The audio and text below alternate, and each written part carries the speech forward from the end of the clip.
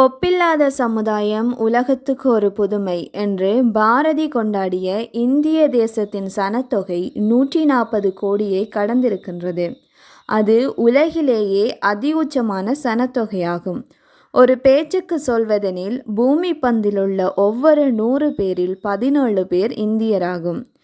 இவ்வாறானதொரு தேசத்திலே ஜனநாயக கட்டமைப்பு துடிப்பானதாகவே காணப்படுகின்றது.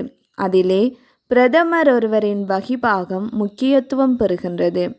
சுதந்திரத்துக்கு பின்னரான கடந்த 7 தசாப்தங்களிலே நேரு முதல் மோடி வரையில் 14 பிரதமர்களை இந்தியா கண்டிருக்கின்றது. அதிலே ஜனரஞ்சகமான தலைவர்களாக இந்திரா காந்தியும் நரேந்திர மோடியுமே எழுச்சியடைந்தனர். நேருவும் பிரசித்தமான தலைவராகவே இருந்தார். ஆனால் நேருவின் பிரசித்தம் விடுதலை போராட்ட வரலாற்றிலிருந்து தாய்வீட்டு சீதனமாக கிடைத்ததாகும். நேருவின் மகளாக அரசியல் பரப்பில் காலடி வைத்தவரே இந்திரா காந்தியாகும். தந்தை வழி கிடைத்த அரசியல் அந்தஸ்தை தக்க வைத்து கொள்ள கடுமையாக உழைத்தவர். நேருவுக்கு பின்னர் பிரதமரான சாஸ்திரி 1966 மறைந்தார். அதன் பின்னரான உட்கட்சி பிணக்குகளை இந்திரா காந்தி துணிவுடன் எதிர்கொண்டார். மொரார்ஜி தேசாயை தோற்கடித்தார். அதுவே காங்கிரஸ் கட்சியின் மூத்த தலைவர்களுடனான மோதலின் ஆரம்பமாகியது. 1969 காங்கிரஸ் பிளவடைந்தது. மூத்த தலைவர்கள் ஒன்று திரண்டனர். கர்ம வீரர் காமராஜர் தலைமையில் ஸ்தாபன காங்கிரஸ் உருவாகியது. அதனை இந்திரா காந்தி துணிவுடன் எதிர்கொண்டார். 1970 பொது தேர்தலிலே வெற்றி பெற்று பிரதமரானார். அரசியலில் இருப்பை தக்க வைத்து கொள்ள தனித்து போராடினார். அடிமேல் அடி வைத்தே முன்னேற்றங்களை அடைந்தார். கட்சியையும் தேசத்தையும் துணிச்சலாக வழிநடாத்தினார். சீனாவுடனான மோதல்களை உறுதியுடன் கையாண்டார். பங்களாதேஷின் விடுதலையின் மைய சக்தியானார். அதனூடாக இந்திய பிராந்தியத்தின் ஒப்பற்ற சக்தியாக வளர்ச்சியடைந்தார். அது அமெரிக்க சோவியத் முறுகல் காலமாகும். நேருவின் இந்தியா அணிசேரா கொள்கையை முன்னிறுத்தியது. அதிலிருந்து இந்திரா காந்தி வேறுபட்டார். அணிசேரா கொள்கையுடன் சமாந்திரமாக இந்திய சோவியத் உறவை வளர்ப்பதில் துணிச்சலை வெளிப்படுத்தினார். உள்நாட்டில் சமஸ்தானங்களை இல்லாமல் செய்தார்.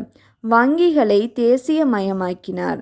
சீக்கியர்களின் புனிதத்தலமான பொற்கோயிலினுள் இராணுவத்தை அனுப்பினார். இவ்வாறு தீர்க்கமாக முடிவெடுக்கும் தலைவராக இந்திரா காந்தி எழுச்சியடைந்தார். இந்திராவே இந்தியா என்று சொல்லும் நிலைக்கு உயர்ந்து ஜனரஞ்சகமான தலைவரானார். இந்திரா காந்திக்கு பின்னர் ஜனரஞ்சகமான தலைவராக நரேந்திர மோடியே எழுச்சியடைகின்றார். மோடி குடும்ப பின்னணியூடாக அரசியலில் நுழைந்தவரல்ல. கீழ்மட்டத்திலிருந்து கடுமையாக உழைத்தவர். ஒவ்வொரு படிக்கட்டுகளாக ஏறியவர்.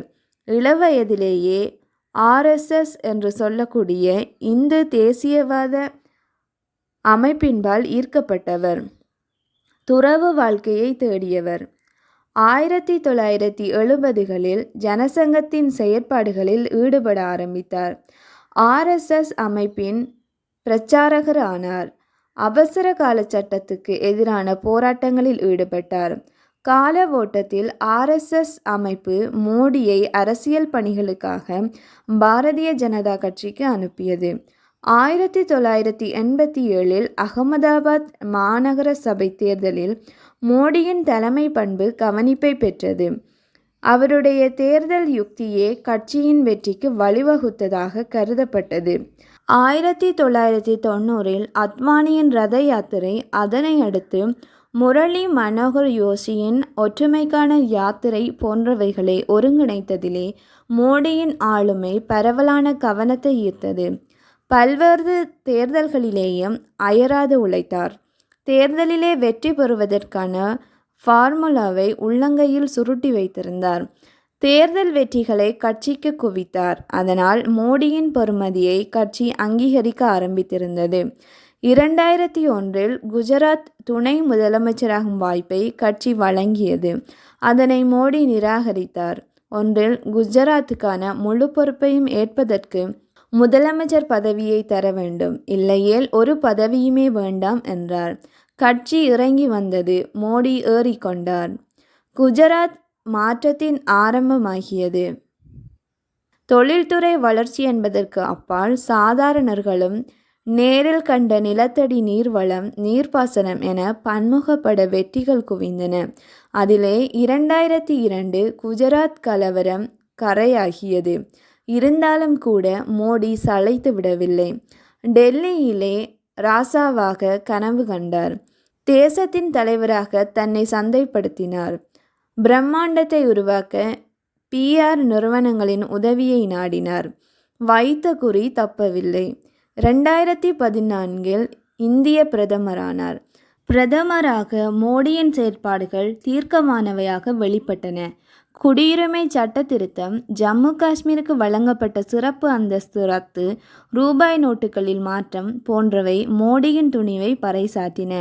சர்வதேச அரங்கிலே பிராண்ட் இந்தியாவை சந்தைப்படுத்துவதில் மோடி வெற்றி பெறுகின்றார்.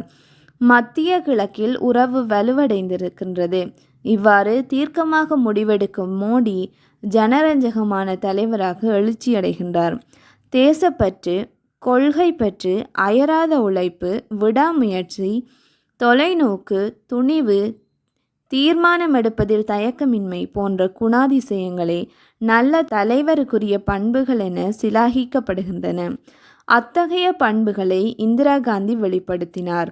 மோடி வெளிப்படுத்துகின்றார். அந்த வகையிலேயே தனித்துவமான ஆளுமை வெளிப்படுகின்றது.